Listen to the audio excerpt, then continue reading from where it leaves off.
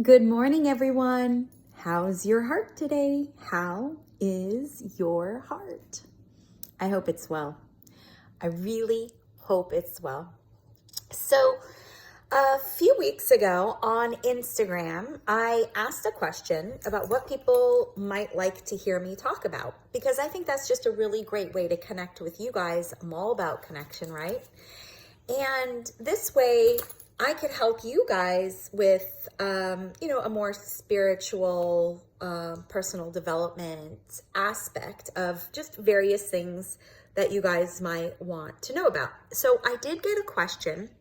There was no name, just a picture of a beautiful woman's face. So thank you. If you remember, or if you're able to identify this question, this is for you. But it's actually a really great question that everyone could benefit from. So before I go into this, if there is something that you would like to know about from any spiritual perspective, personal development perspective, anything like that, even paranormal, please feel free to write in to me those questions, and I would be happy to address them to you in these mini quickie videos. So here was the question. The question was, how do I trust someone when it comes to romantic love? Which I thought was a really great question. So here's the thing. There's two ways that I'd like to address this. And I'm going to broaden it up to not just romantic love, but to relationship love, because we can relate with other humans, even if it's not on a romantic basis. And trust in relationships pretty much works the same way, whether it's a romantic or a platonic connection, okay? So the first aspect that I would love to talk to you about from is if you already know this person and the connection was broken because of an issue of trust.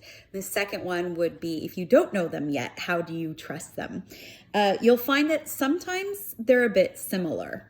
But if you already had a connection that was broken, first of all, in both scenarios, it's going to take time, okay? Because time...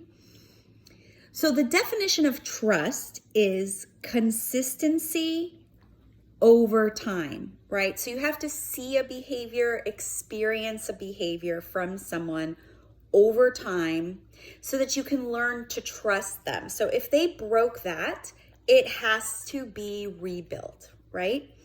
So how do you rebuild trust that was broken? Well, you can't not talk about it. So you have to have discussions about it.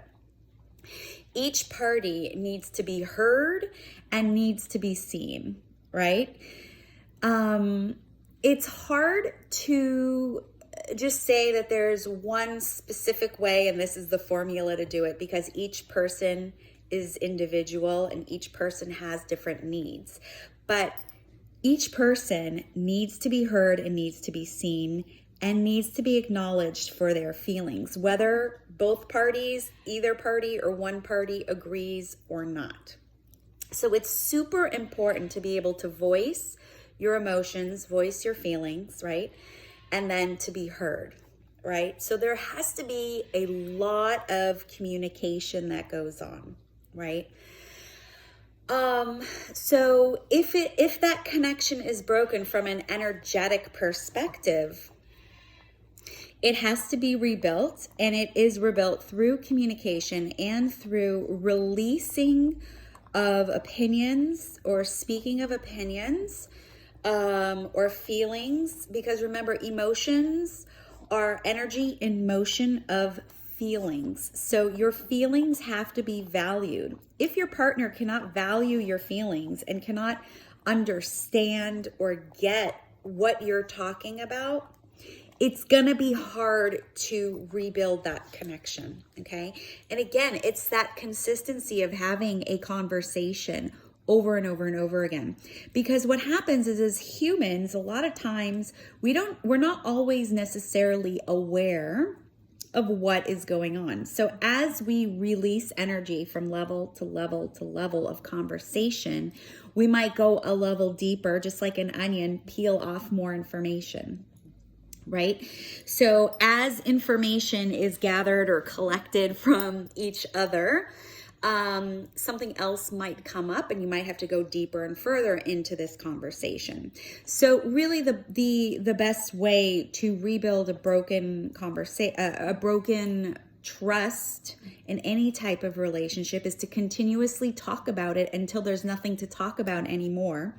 But if you've gotten to the place where there's nothing to be talked about anymore, it's because you do feel like you have completion. So if you're not feeling completed and there's still some sort of feeling and you can feel this in your body, more conversations need to be had. So it takes time and it takes consistency to rebuild. I'm actually in a situation like that personally myself right now. And it's just taking time. So we're viewing this as an open conversation. Now, I have no direction of how this is going to go at this point. I don't think he has any direction of how this is going to go at this point. But if anything comes up, it will be addressed, right? So that's why you can't rush through these things, because something might come up, I don't know, days, months later. You just never know, right? You just never know. So that's the first scenario if trust has already been broken. Let's say you meet someone new and you don't have the trust yet, but you're like, okay, let me see what is going on. Can I put my trust in this person? Can I depend and rely on this person? Do I want to open my heart up to this person? Because again, you can open up your heart to people, even if it's not a romantic situation, right? So really then what happens is I need to see, right? I, meaning you, need to see if there's consistent actions that are going on over time. Again, so it is a timing issue, right? How is that person going to act? What is that person going to say? How is that person going to respond? And the thing is that the reason why you need, again, time is because these situations and scenarios and actually other people that may pop in and out of your life don't show up until a certain situation or person shows up, right? So in other words, you may be building a relationship with someone, whether platonic or romantic, and a topic or issue just hasn't come up just yet. So you don't know how that person's going to respond, behave, act, or be in that situation, right?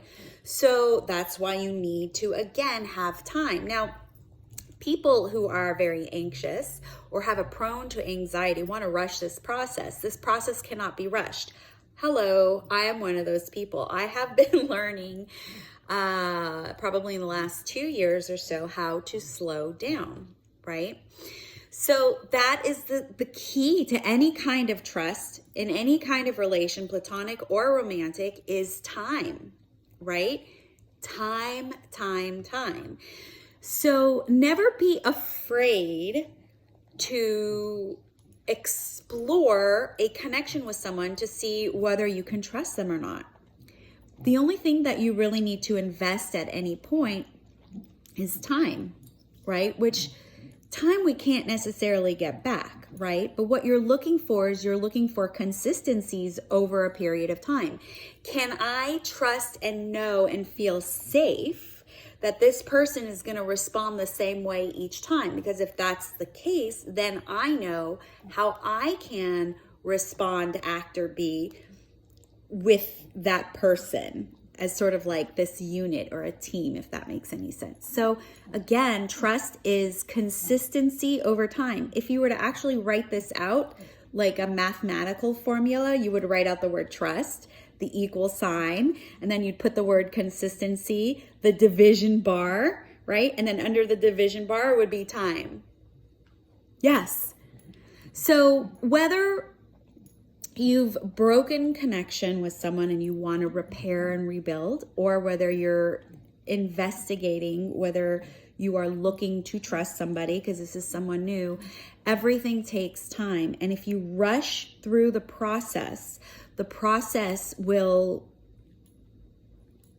I don't know how to say this, you will not really fully get a real understanding of what the truth is, what is really going on, right? So you may come to conclusions way too early and miss out on things. And then it's never really too late. There's no such thing as putting in too much time, because at that point, at least you have a really good understanding and a knowledge that, no, this for sure will not work. I do not trust you. I do not feel safe. So you can never put in too much time, but you can put in too little time. All right, guys? So hopefully that gives you some information on how you can do this. Now, energetically, it's super simple. Keep your energy to yourself. Always do check-ins with yourself. Check in your energy systems, right? Just to see how that is all working. And of course, you stay connected to not only yourself, but to your friends and family, right? And that's what I'm always saying, stay connected, right? Stay connected. Now, if you like some more connection, because maybe you'd like to learn how to develop your intuition, how to get out of indecision, I've created a community of like-minded folks where we have workshops, we have live interactions, and other type of exclusive content just to help you build your intuition, get out of indecision, and be with like-minded people so that you can thrive in a life of freedom, joy, and security. If that sounds good to you, check out my Patreon. You can go to patreon.com/intuitivecoachterrie, or if you're watching this on Instagram, you can click the link in my bio and join the community. Be part, don't be alone, stay connected, be part of a community where you can learn to get into your intuition and out of indecision. All right, guys? All right, see you on the flip side.